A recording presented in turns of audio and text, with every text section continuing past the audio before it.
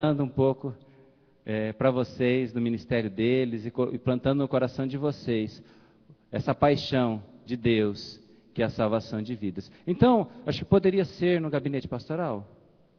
Pode ser, pastor Clóvis?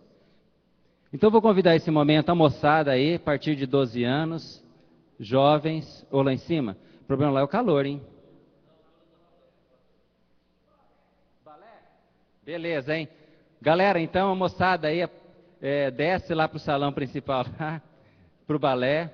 Por favor, missionários. Hã? Olha, normalmente termina às 10h30, mas hoje nós vamos acabar. Pode passar uns 10, 15 minutos. É especial. O que foi? Uma hora?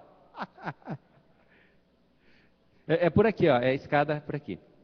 E eu já quero convidar o pastor Miguel Indibe, para estar ministrando a palavra e continuando com seu testemunho aqui para nós. Obrigado, pastor. Pastor Clóvis, poderia estar orando pelo pastor Miguel?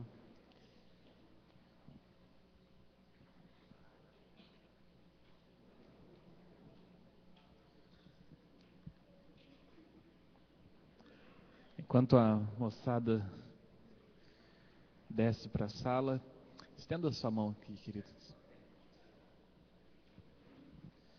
Senhor, obrigado, Deus, por essa manhã. Obrigado por estarmos na tua casa, escutando da tua palavra, escutando das tuas obras, Senhor.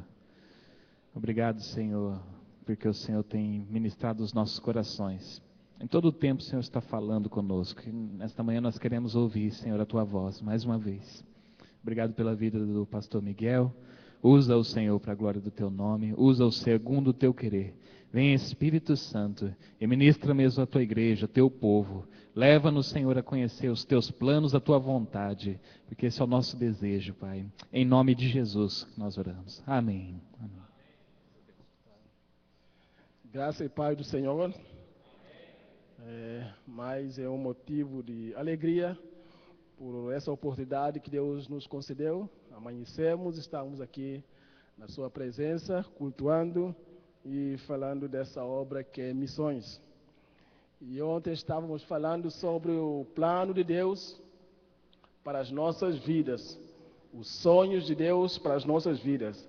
Apesar de termos os nossos planos, mas sabemos que quem sempre tem a última palavra é Deus. Então, a Ele devemos realmente deixar que comande as nossas vidas. Então, isso realmente que assim aconteceu com a minha vida, de forma como Deus realmente me mostrou que Ele tinha os planos melhores que Ele queria fazer na minha vida. E essa manhã eu quero prosseguir falando do ministério, das atividades, aquilo que Deus está fazendo lá naquele país. Antes, deixa ler esse versículo em 2 Timóteo 2, versículo 2. 2 Timóteo 2, vamos ler o versículo 1 e 2, então. Versículo 1 e versículo 2 diz assim: Tu, pois, filho meu, fortifica-te na graça que estás em Cristo Jesus. O que da minha parte ouviste através de muitas testemunhas, isso mesmo transmite a homens fiéis e também idôneos para instruir a outros.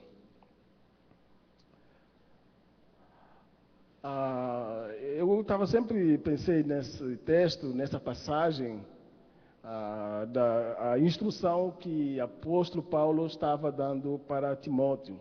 A preocupação de Paulo com relação ao Timóteo, que era seu filho na fé.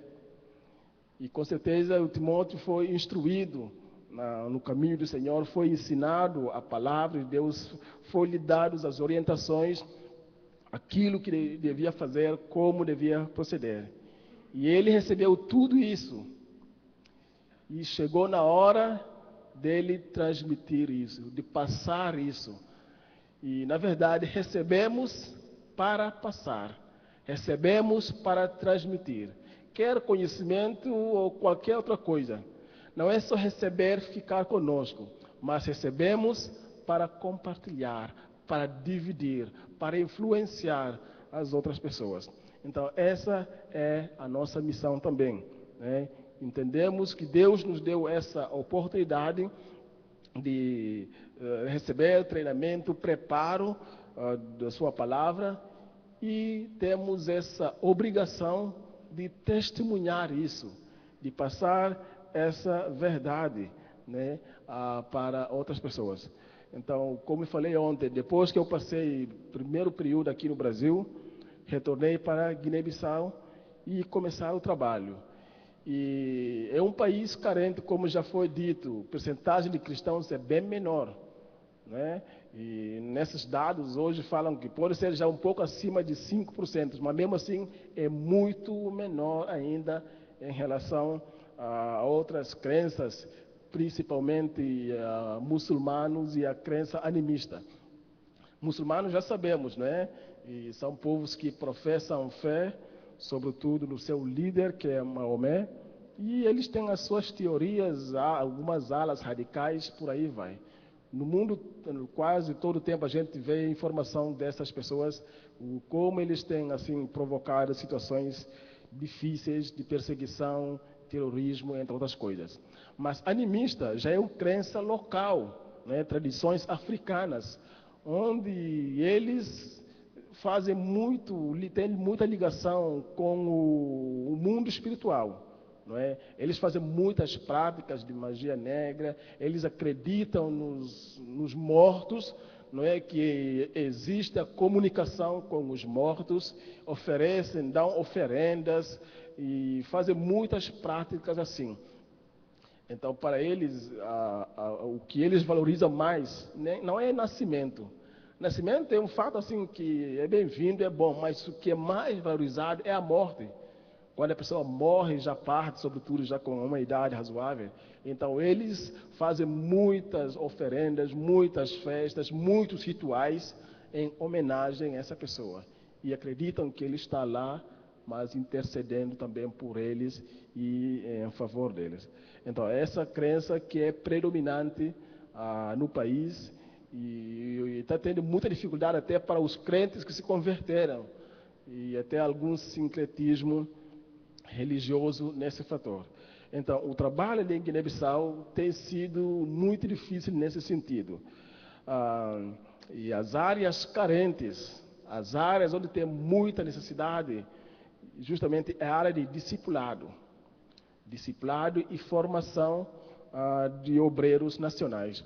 Falei ontem que os missionários chegaram lá, a primeira missionária foi em 1940, quando chegou e começou a pregar, e houve algum grupo de pessoas que converteram, e então não tinha assim, os próprios missionários na época tinham dificuldade de lidar com algumas coisas que era da própria cultura local, e mesmo apresentando o evangelho, e eles não tinham assim como entender, explicar alguns fenômenos que aconteciam, como relacionar tudo isso com aquelas pessoas.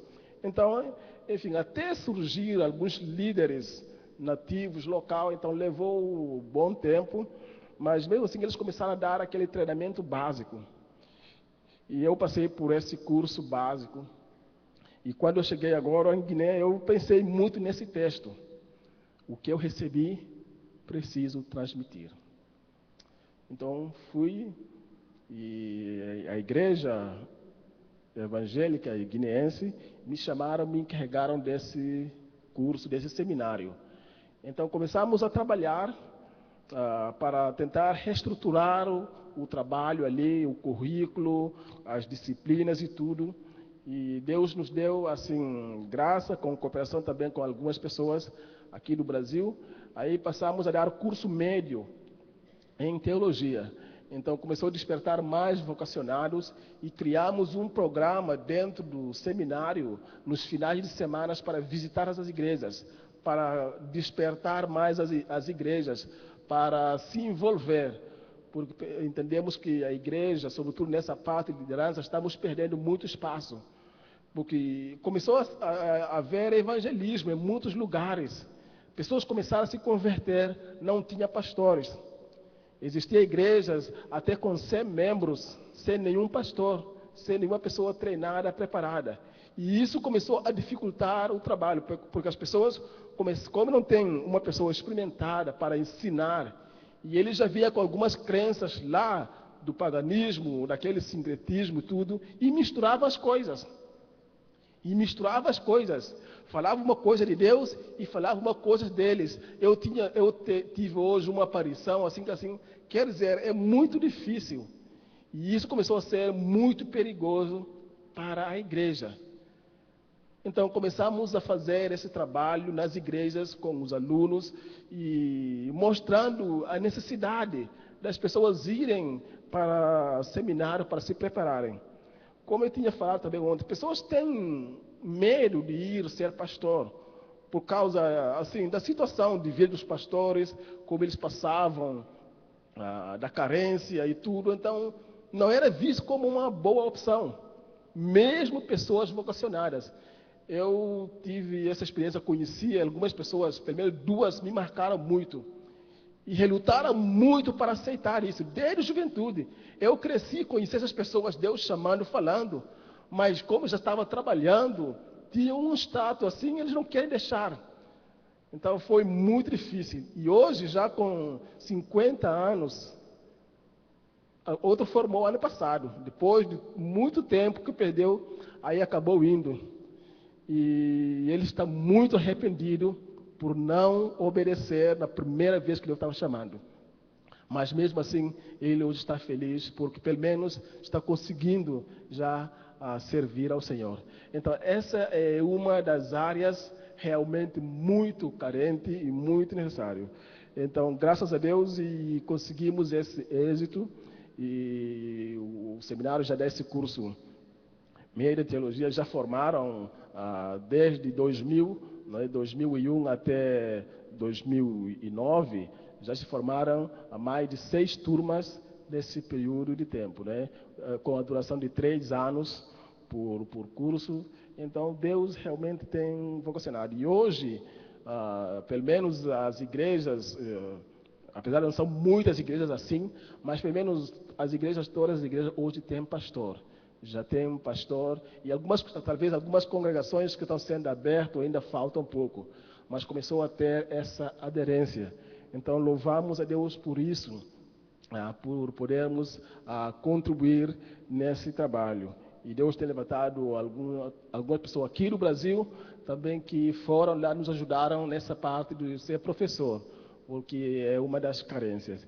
E hoje, Deus obrigado, as coisas estão caminhando nessa direção e muitas pessoas receberam esse treinamento.